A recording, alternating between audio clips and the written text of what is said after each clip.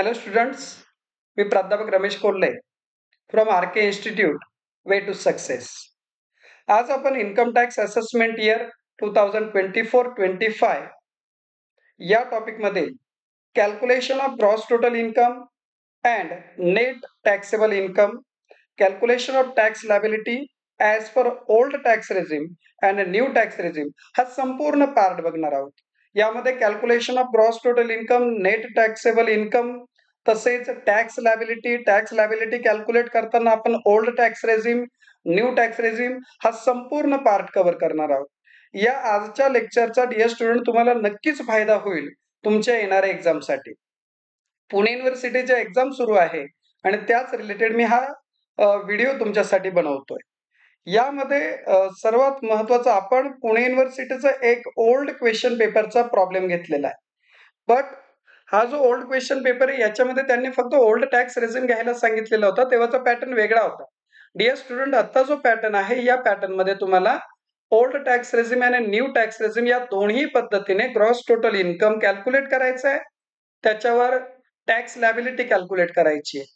चला तर 16 मार्क्सचा हा problem, calculation of gross total income, net taxable income, tax liability हा संपूर्ण पार्ट आपण बघणार आहोत ॲज पर असेसमेंट इयर 2024-25. हे लक्षात ठेवायचं की आपण असेसमेंट इयर 24-25 याचे रूल्स अप्लाय करणार आहोत.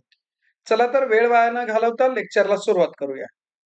डिअर स्टुडंट, आपला हा लास्ट क्वेश्चन असतो क्वेश्चन पेपरमध्ये आणि हा 16 मार्क्सचा प्रॉब्लेम आपल्याला जर सॉल्व्ह करायचा असेल, याच्यामध्ये सर्वप्रथम आपल्याला कॅल्क्युलेट करावा लागतो ग्रॉस टोटल इन्कम. आता नेमकं ग्रॉस टोटल इन्कम आहे काय? तर ग्रॉस टोटल इन्कम आपल्याला जर कॅल्क्युलेट करायचा, यामध्ये 5 हेड्स महत्वाचे. कुठले कुठले 5 हेड? फर्स्ट आहे इन्कम फ्रॉम सॅलरी. तुम्हाला इन्कम फ्रॉम सॅलरी घ्यायचं आहे, त्यामध्ये ऍड करायचं income from house property, plus त्याच्यात ऍड करायचं आहे तुम्हाला इन्कम फ्रॉम बिझनेस, त्यात ऍड करायचं तुम्हाला इन्कम फ्रॉम कॅपिटल गेन आणि lastly income from other sources. हे जे 5 हेड ऑफ द इन्कम आहे, या 5 हेडची टोटल म्हणजे ग्रॉस टोटल इन्कम. थोडक्यात तुम्ही फॉर्म्युला म्हणू शकता, income from salary plus house property plus business plus capital gain plus other sources is equal to gross total income. हे लक्षात ठेवायचं डिअर स्टुडंट्स. सो आपण प्रॉब्लेमला स्टार्ट करूया. प्रॉब्लेमला स्टार्ट ही तुम्हाला पुन्हा एकदा मी आठवण करून देतोय, असेसमेंट इयर 2024-25 या पद्धतीने आपण करतोय. जसं आपण आताच ग्रॉस टोटल इन्कमचा फॉर्म्युला बघितला, सर्वप्रथम आपल्याला घ्यावं लागणार आहे पहिला हेड, तो म्हणजे income from salary. So income from salary आपण प्रॉब्लेम मध्ये यायचे डिअर स्टुडंट. शांततेत आपण दिलेल्या प्रॉब्लेम मध्ये इन्कम फ्रॉम सॅलरीच्या रिलेटेड काय काय इन्फॉर्मेशन आहे ती सर्च करायची. आताच्या या प्रॉब्लेम मध्ये तुमच्या समोर आहे इन्कम फ्रॉम सॅलरीची इन्फॉर्मेशन, ती म्हणजे ग्रॉस सॅलरी. जी इन्फॉर्मेशन असेल ती तुम्ही घेणार आहात. इन्फॉर्मेशन काय दिली आहे त्याच्यावर डिपेंड होईल की तुम्ही प्रॉब्लेम कशा पद्धतीने सॉल्व्ह करताय. ओके, तर ग्रॉस सॅलरी दिलेली आहे. आपण इन्कम फ्रॉम सॅलरी शिकलेलो आहोत आणि इन्कम फ्रॉम सॅलरी मध्ये जेव्हा प्रॉब्लेम हा ग्रॉस सॅलरी पर्यंत दिलेला असतो, तेव्हा ग्रॉस सॅलरी घेतल्यानंतर फर्स्ट आपल्याला काय घ्यायचंय, तर ग्रॉस सॅलरी आपण घेऊया. Gross salary old tax regime मध्ये देखील आपण घेतोय. ओल्ड टॅक्स रेजिम मध्ये आहे ग्रॉस सॅलरी. जी सॅलरी प्रॉब्लेम मध्ये दिली ती आपण घेतली 6,52,800. न्यू टॅक्स रेजिमला तीच घेऊया 6,52,800. डिअर स्टुडंट, ग्रॉस सॅलरी दिलेली आहे, नेट सॅलरी दिलेली नाही. ग्रॉस सॅलरी जर प्रॉब्लेम मध्ये दिलेली असेल तर कंपल्सरी आम्हाला त्याच्यातनं डिडक्शन्स घ्यावे लागतात आणि सॅलरीसाठी डिडक्शन आहे deduction under section 16. Deduction under section 16 साठी 2 डिडक्शन आहे. त्यामध्ये पहिला आहे standard deduction. So as per new tax regime हा जो स्टँडर्ड डिडक्शन आहे ₹50,000 आणि ओल्ड टॅक्स रेजिम दोघांनाही लक्षात ठेवा डिअर स्टुडंट. ओल्ड टॅक्स रेजिमला 50,000 स्टँडर्ड डिडक्शन तुम्हाला मिळणार आहे आणि न्यू टॅक्स रेजिमला देखील ₹50,000 स्टँडर्ड डिडक्शन तुम्हाला मिळणार आहे. डिअर स्टुडंट, मागच्या वर्षापर्यंत म्हणजेच असेसमेंट इयर 2023-24 पर्यंत तुम्हाला स्टँडर्ड डिडक्शन हे न्यू टॅक्स रेजिम मध्ये मिळत नव्हतं, दॅट इज नॉट ऍप्लिकेबल होतं. आता मात्र असेसमेंट इयर 2024-25 पासून गव्हर्नमेंटने तुम्हाला स्टँडर्ड डिडक्शन हे न्यू टॅक्स रेझिम साठी देखील अलाउड केलेले आहे. मी पुन्हा रिवाइज करतोय. लास्ट इयरला म्हणजे असेसमेंट इयर 23-24 या असेसमेंट इयर मध्ये स्टँडर्ड डिडक्शन न्यू टॅक्स रेझिमला अलाउड नव्हते. मात्र लक्षात घ्या, असेसमेंट इयर 24-25 या असेसमेंट इयर पासून स्टँडर्ड डिडक्शन हे न्यू टॅक्स रेझिमला देखील अलाउड आहे. म्हणून आपण दोघही ठिकाणी 50,000 घेतलेले. त्याचबरोबर सेकंड आम्हाला अलाउड होतो प्रोफेशनल टॅक्स. आता या प्रॉब्लेम मध्ये प्रोफेशनल टॅक्स पेडची इन्फॉर्मेशन दिलेली नाहीये. So professional tax that is not paid, म्हणून मग आम्हाला ओल्ड टॅक्स रेझिमला घेता येणार नाही. लक्षात ठेवा डिअर स्टुडंट, एक तुम्हाला माहिती देऊन ठेवतो मी, जरी या प्रॉब्लेम मध्ये नाहीये तरी. प्रोफेशनल टॅक्स जो आहे allowed only in old tax regime. New tax regime मध्ये तुम्ही प्रोफेशनल टॅक्स जो पेड केलाय त्याची अमाऊंट मायनस करू शकत नाही.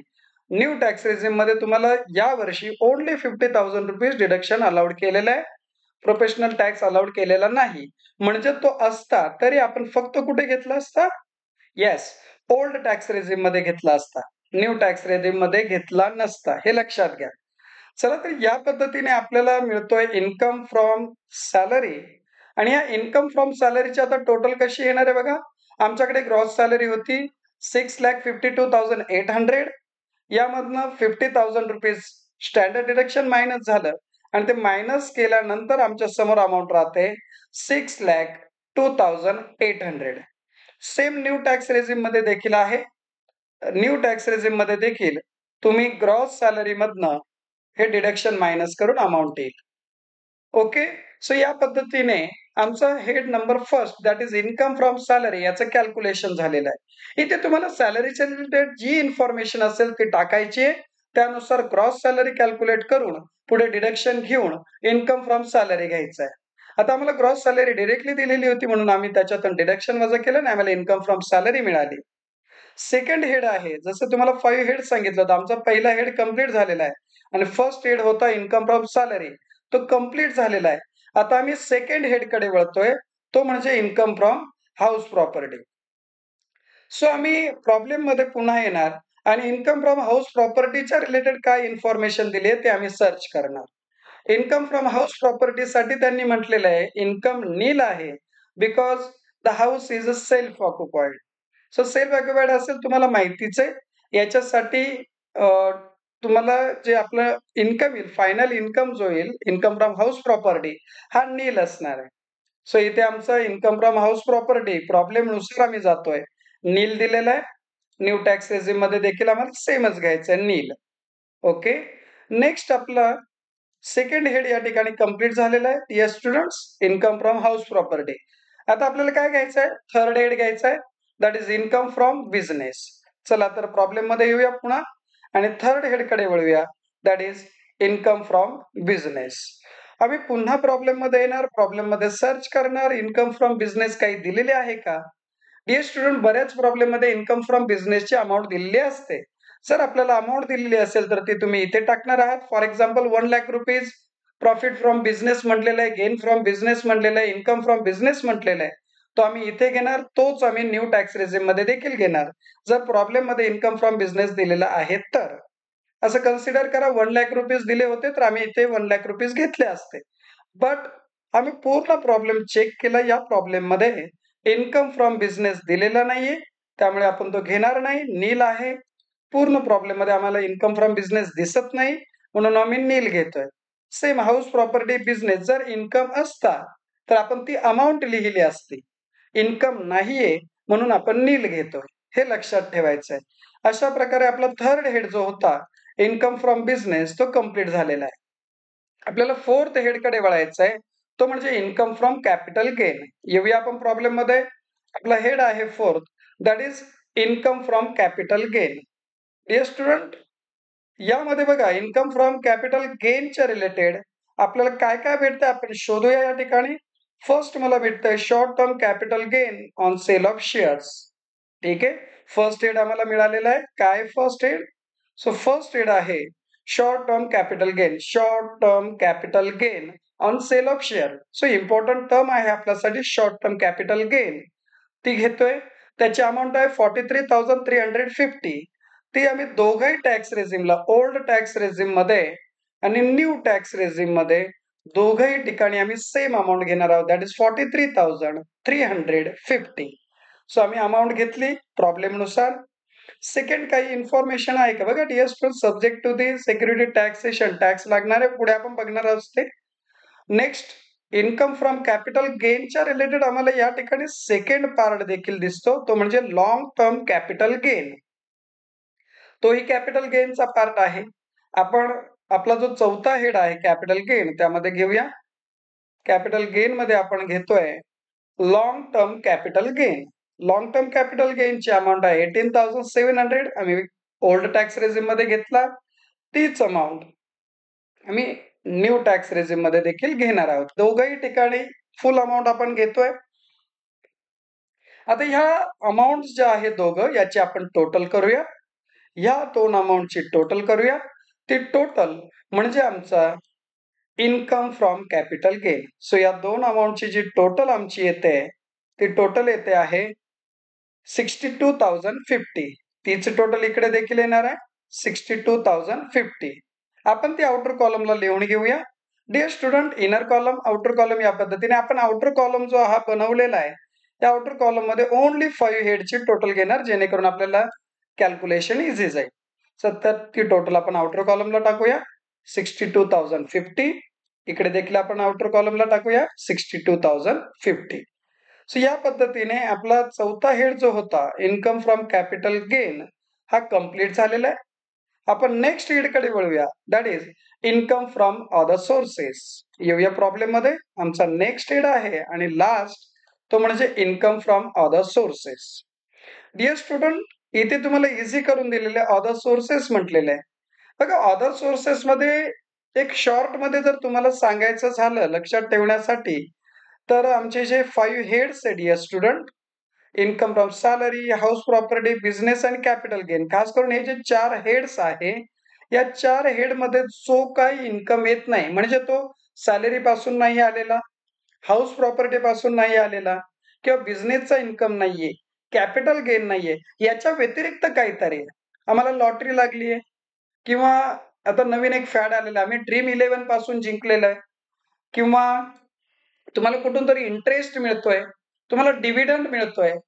सो या पद्धतीने हे 4 हेड मध्ये जो इन्कम बसत नाही, तो कुठलाही इन्कम असेल, तो अदर सोर्सेस मध्ये टाकायचा आहे. पुणे युनिव्हर्सिटी क्वेश्चन पेपर मध्ये एकदा सांगितलं होतं की असेसमेंट ऑफ क्वेश्चन पेपर, म्हणजे आमचा जो एसएससी होता हा टीचर होता आणि त्याने क्वेश्चन पेपर चेक केलं, त्याचा जो इन्कम आहे, अर्थात हा सॅलरीचा पार्ट नव्हता, तो देखील तुमचा कुठे येणार अदर सोर्सेस मध्ये. तुम्हाला फक्त एवढाच विचार करायचा अदर सोर्सेस घेताना, की ते पहिले जे 4 हेड आहे, income from salary, house property, business आणि कॅपिटल गेन, याच्या व्यतिरिक्त वेगळं काहीतरी इन्कम असेल, तर तो डोळे झाकून आम्हाला कुठे घ्यायचा आहे, इन्कम फ्रॉम अदर सोर्सेस मध्ये. इथं तर आम्हाला प्रॉब्लेम मध्ये इझी करून दिलेलं आहे. अदर इन्कम म्हटलेलं आहे, त्यामध्ये फर्स्ट आम्हाला दिसतोय बँक इंटरेस्ट.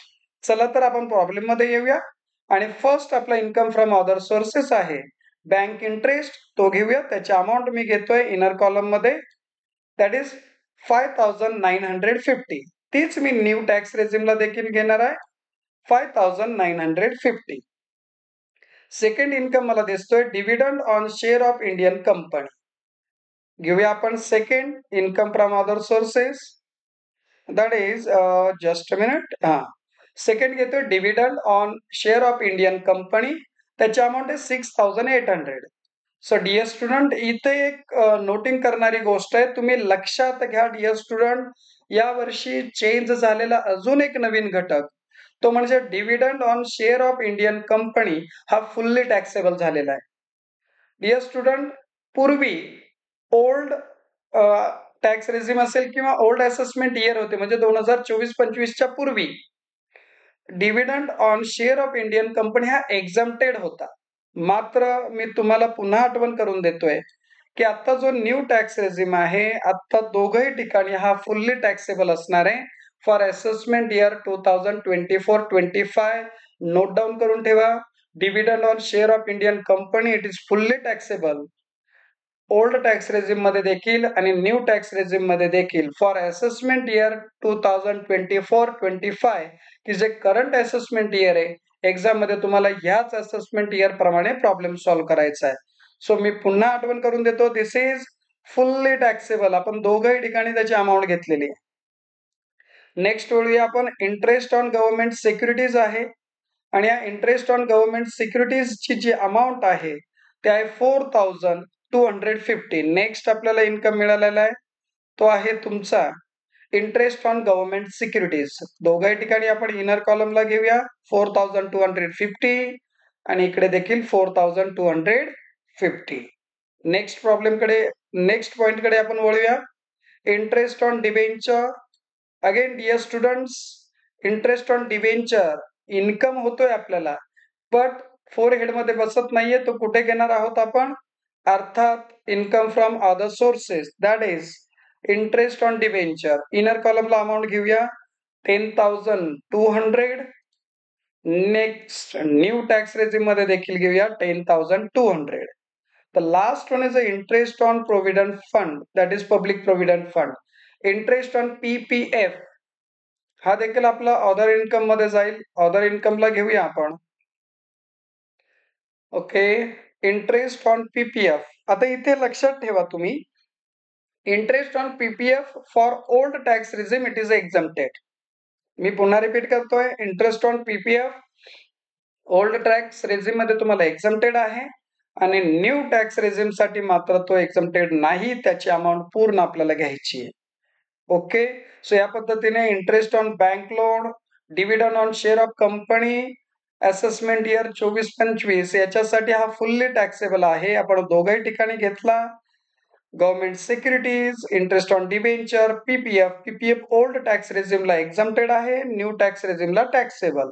सो या पद्धतीने आपल्याला इन्कम फ्रॉम अदर सोर्सेस जे आहे हे मिळालेले त्यांचे सर्व अमाऊंट्स जे आहे याची आपण टोटल करणार आहोत.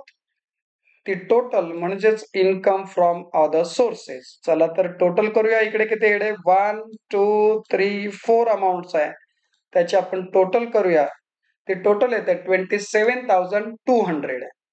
न्यू टॅक्स रेझिम मध्ये जाऊया 1 2 3 4 5, कारण पीपीएफचा इंटरेस्ट इथे अलाउड नाहीये तुम्हाला, एक्झम्प्टेड असं इथे फुल्ली टॅक्सेबल आहे.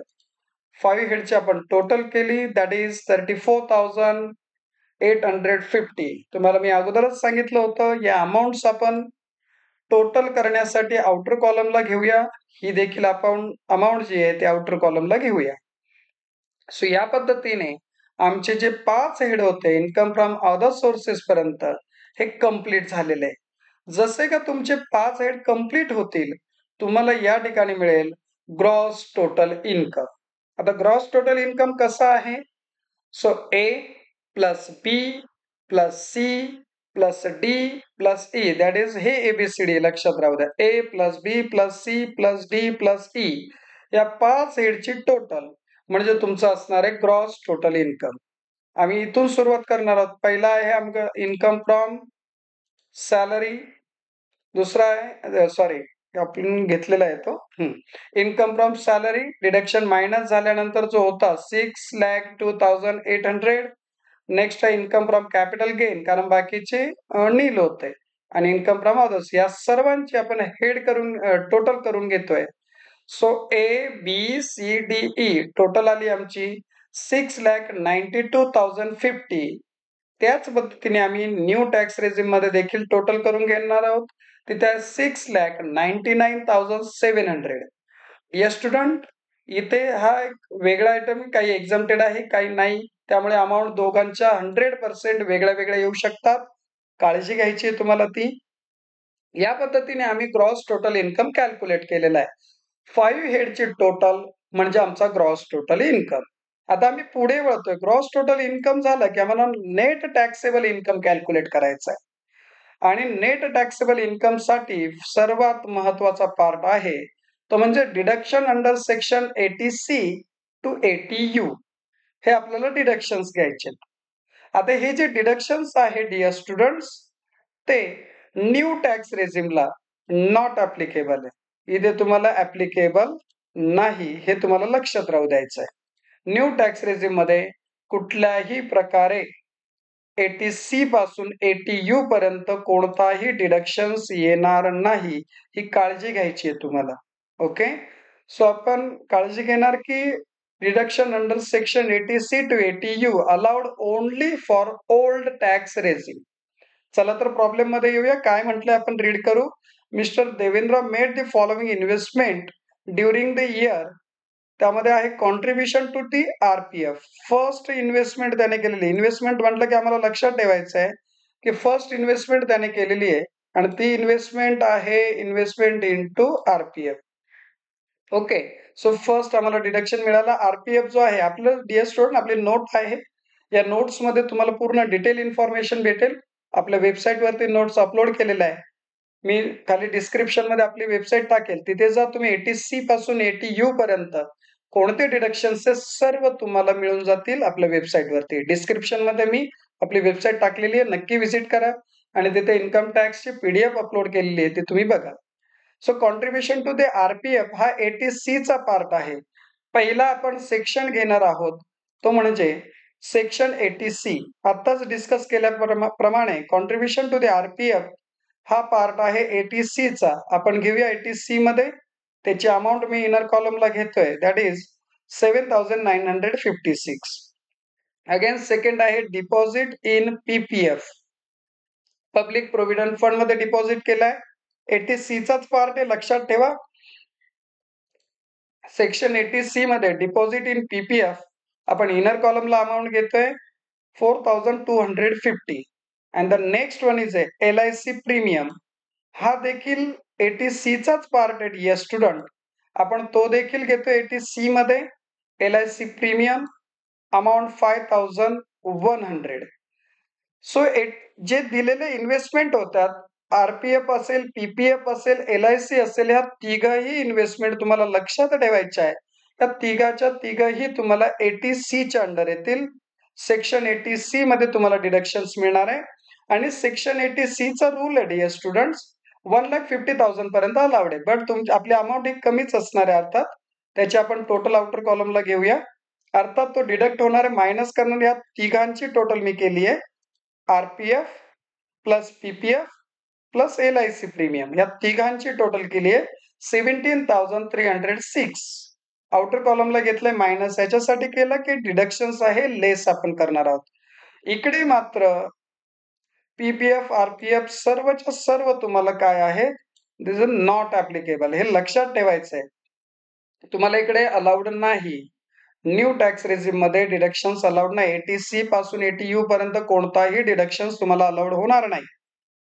नेक्स्ट बघा डिअर स्टुडंट, या प्रॉब्लेम मध्ये एक महत्वाचा पार्ट म्हणजे इथे बघूया आपण बँक इंटरेस्ट होता. बघा मी जस्ट हायलाइट करतो त्याला.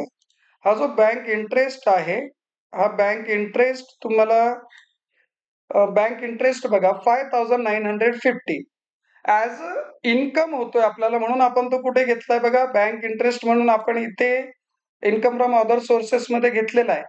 बट डिअर स्टुडंट लक्षात ठेवा, bank interest that is saving bank interest, post office interest तुम्हाला लक्षात ठेवायचं आहे. Saving bank interest, post office saving account असेल त्याचा इंटरेस्ट, हा सर्व सेक्शन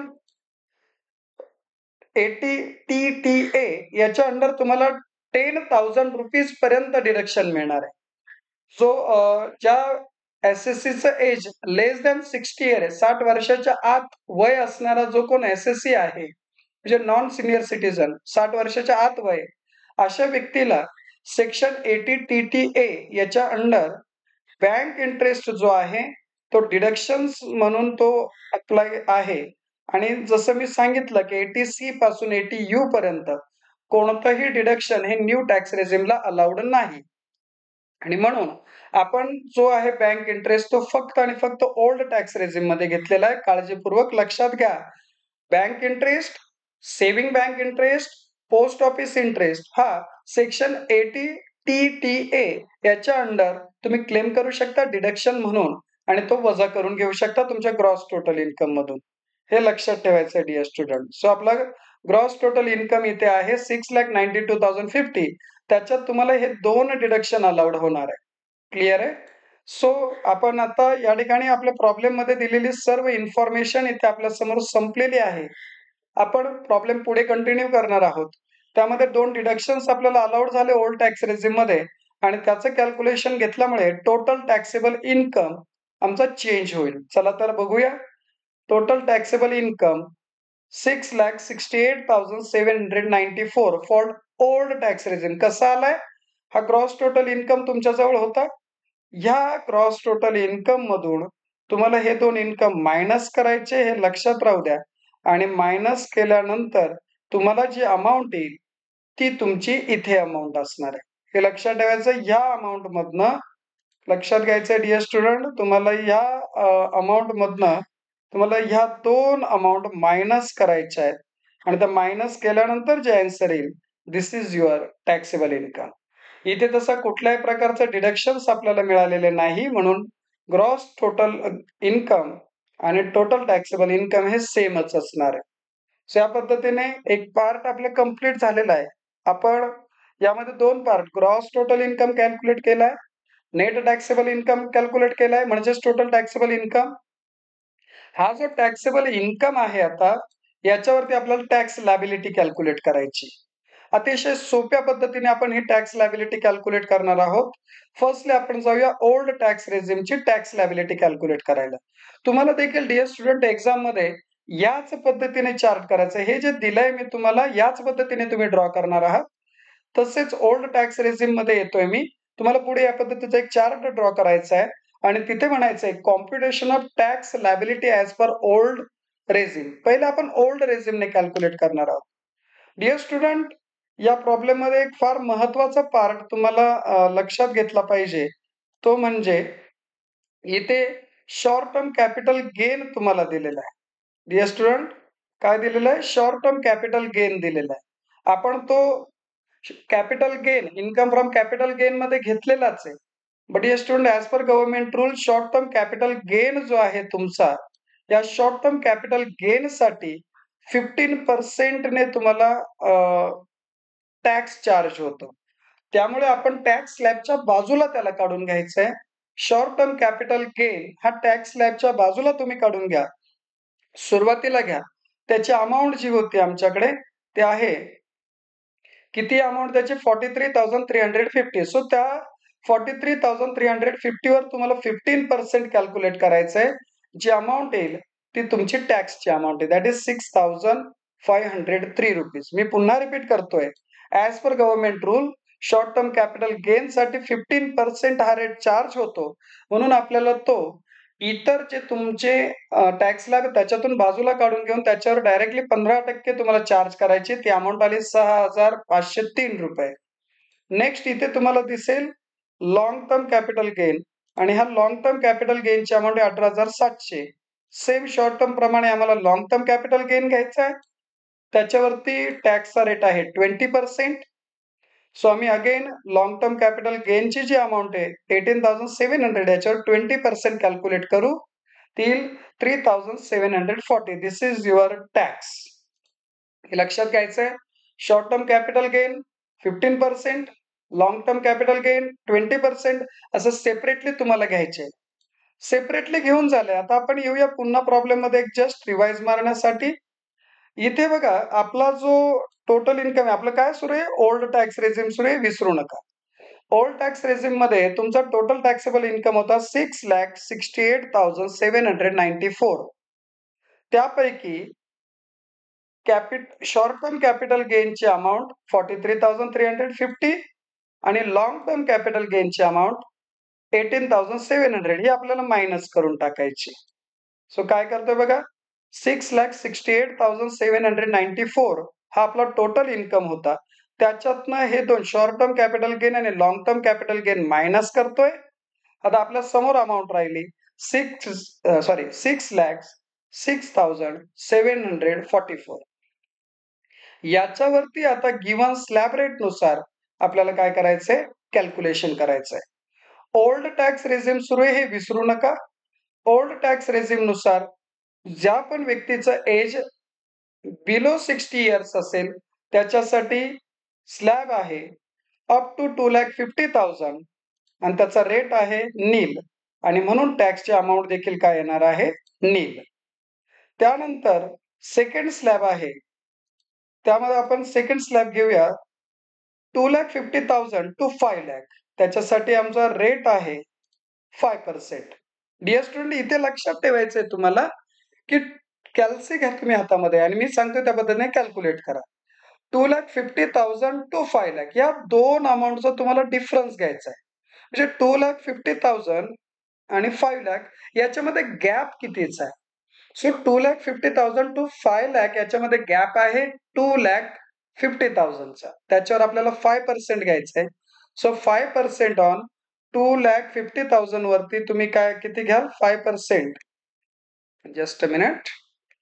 ओके, 2,50,000 वर तुम्ही किती घेणार आहात, 5%. आणि अमाऊंट आपल्याला अवेलेबल होईल 12,500. लक्षात आलं असेल तुमच्या ह्या दोन अमाऊंटचं तुम्हाला गॅप काढायचा आहे, डिफरन्स काढायचा आहे.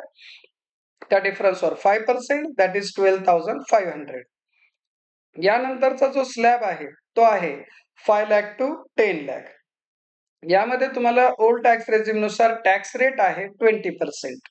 ओके, आता इथे देखील त्याच पद्धतीने 5 लाख टू 10 लाख गॅप काढायचा आहे. मात्र आपल्याकडे इन्कम बघा डिअर स्टुडंट, इथे लक्षात घ्या हा जो इन्कम आहे 6,06,744, it is a less than 10 lakh, 10 लाखापेक्षा कमी आहे.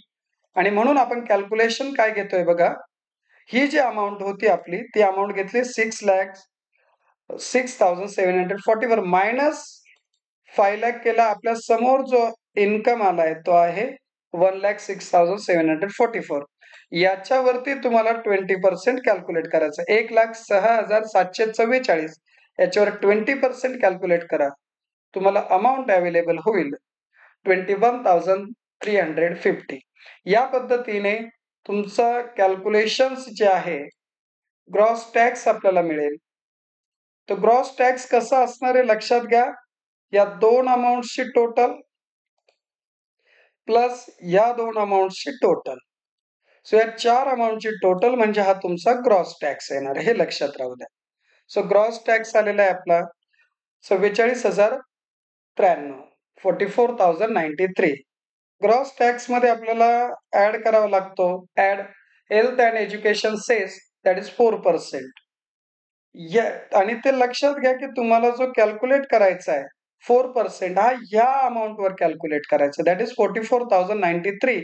याच्यावर 4% कॅल्क्युलेट करा, तुमच्या समोर अमाऊंट येईल 71,764.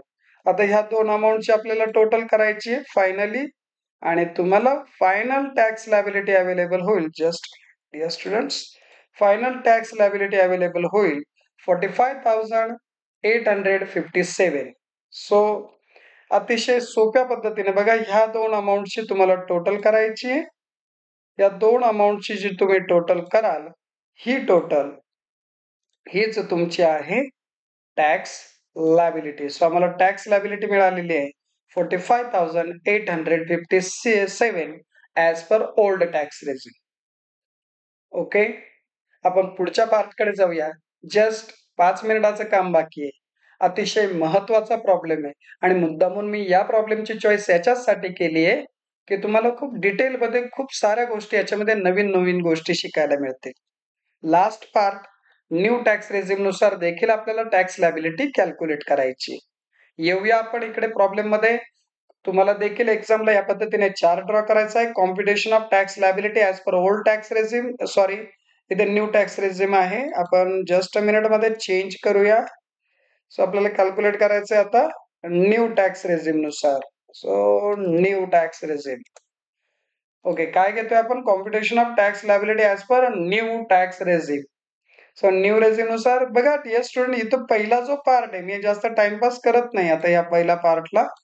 पहिला जो पार्ट आहे तो सेम आहे. काय, शॉर्ट टर्म कॅपिटल गेन 15% आपण अगोदर डिस्कस केलेलंच आहे, त्याची अमाऊंट पूर्ण इकडे देखील सेमच येणार. लॉंग टर्म कॅपिटल गेन त्याच्यावर 20% ती अमाऊंट सेम येणार. त्याची आपण टोटल केली. आणि डिअर स्टुडंट आता लक्षात घ्या, आपल्याला न्यू टॅक्स रेजिम बघायचा आहे म्हणून मी येतोय ग्रॉस टोटल इन्कम मध्ये न्यू टॅक्स रेजिम साठी 6,99,700 हा आपला न्यू टॅक्स रेजिम होता. आणि ह्या न्यू टॅक्स रेजिम मध्ये 6,99,700. जस्ट अ मिनिट, आपले आय थिंक इथे आपली प्रिंट चेंज झाली. आपण अमाऊंट चेंज करूया, एकच मिनिट मध्ये घ्या तुम्ही. आपण अमाऊंट चेंज करूया. किती आहे बघा अमाऊंट याची. न्यू टॅक्स रेझिमची आपल्याला अमाऊंट घ्यायची आहे.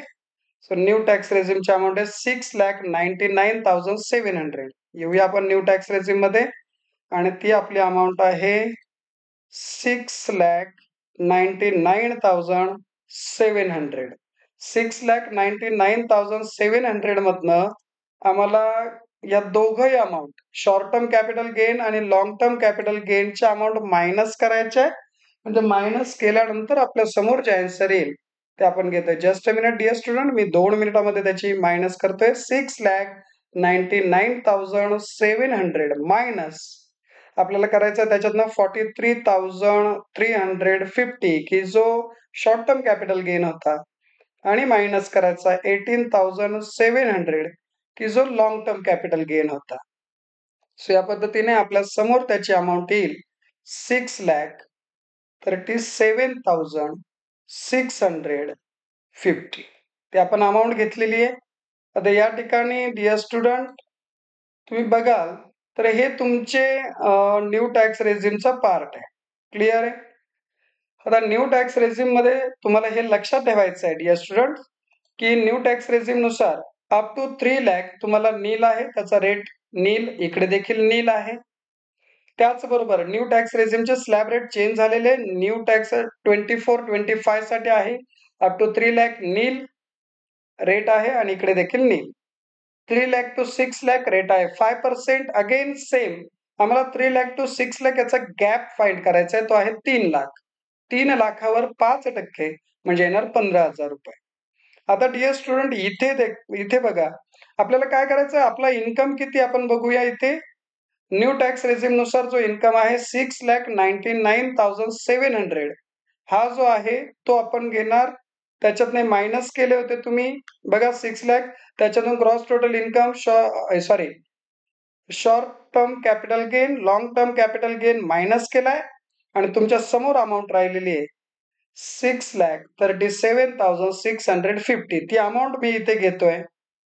जस्ट अ मिनिट मध्ये आपण न्यू टॅक्स रेझिम घेतोय म्हणून अमाऊंट चेंज होतील. 6,37,650 या अमाऊंट मधनं तुम्हाला मायनस करायची या ठिकाणी. बघा लक्षात ठेवा की तुम्हाला कोणती मायनस करायची आहे, स्मॉल अमाऊंट. आलं लक्षामध्ये. आपली अमाऊंट आहे 6,37,650. त्याच्यातनं स्मॉल अमाऊंट 6 लाख मायनस करा. तुमच्या समोर जी अमाऊंट राहील दॅट इज 37,650. या अमाऊंट वरती तुम्ही 10% कॅल्क्युलेट करणार आहात. आपण जस्ट मिनिट मध्ये एकदा व्यवस्थित त्याचं कॅल्क्युलेशन घेऊया. ओके. सो बघा डिअर स्टुडंट इथे आहे 6 लाख टू 9 लाख 10%. आमची अमाऊंट होती 6,37,650. ती घेतली आम्ही 6,37,650. त्यातनं मायनस केलं आम्ही 6 लाख रुपीज. आता आमच्या समोर राहिले 37,650. 37,650 वरती 10% आम्ही कॅल्क्युलेट करतोय दॅट इज 3,65. एक झिरो कमी केला की आमचा 10% येईल. ओके. 3,765 या पद्धतीने आमचा कॅल्क्युलेशन आलेला आहे. आता आम्ही 15,000 मध्ये ती अमाऊंट ऍड करणार. ह्या दोघांची ऍडिशन घेऊया आपण.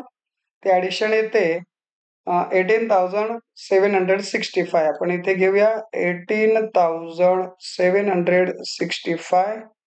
Just a minute dear student, control Z करूया. जस्ट मिनिट मध्ये आपलं कॅल्क्युलेशन होईल. इथे जरा आपले टोटल चुकली होती, आपण दुरुस्ती करून घेऊया. 18,765 इथे येईल तुमचा. ग्रॉस टोटल इन्कम आम्हाला घ्यायचंय बघा. याची टोटल करूया. ओके. त्यामध्ये ही देखील टोटल घ्यायची आहे. या 4 अमाऊंटची टोटल. जस्ट मिनिट मध्ये मी फॉर्म्युला लावतोय. इक्वल टू हे प्लस घ्या ही अमाऊंट प्लस ही अमाऊंट प्लस ही. या पद्धतीने आमच्या समोर येत आहे 29,006. डिअर स्टुडंट, हे लक्षात घ्या तुम्ही की इथे आम्ही 1, 2, 3 आणि 4 ह्या 4 अमाउंटचे आम्ही टोटल घेतले. ते तुमचं ग्रॉस टॅक्स आहे. आता इथे एक लक्षात ठेवायचं आहे डिअर स्टुडंट, आपण पुन्हा ग्रॉस टोटल इन्कम कॅल्क्युलेशन जे टॅक्सेबल इन्कम मध्ये येऊया.